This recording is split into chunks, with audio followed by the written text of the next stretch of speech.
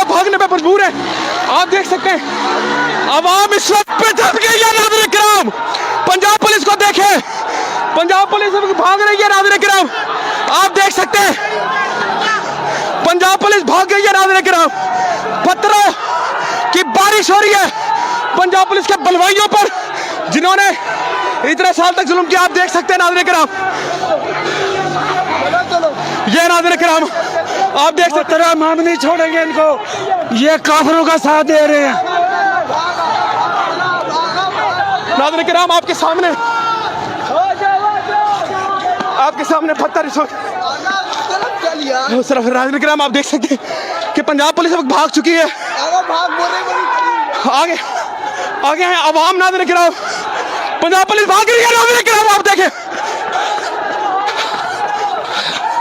वो देखिए नाज़रीन किराम भागता हुआ दिखाए।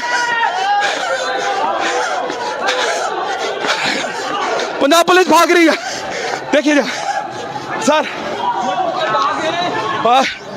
इधर आए सर।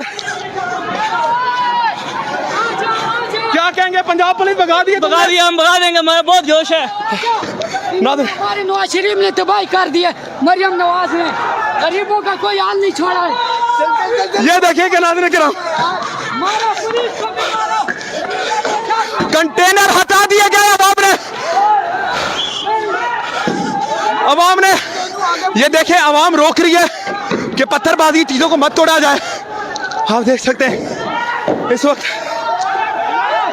वक्त इधर अगर दिखाएंगे, ये देखिएगा नाज़रीन किराम,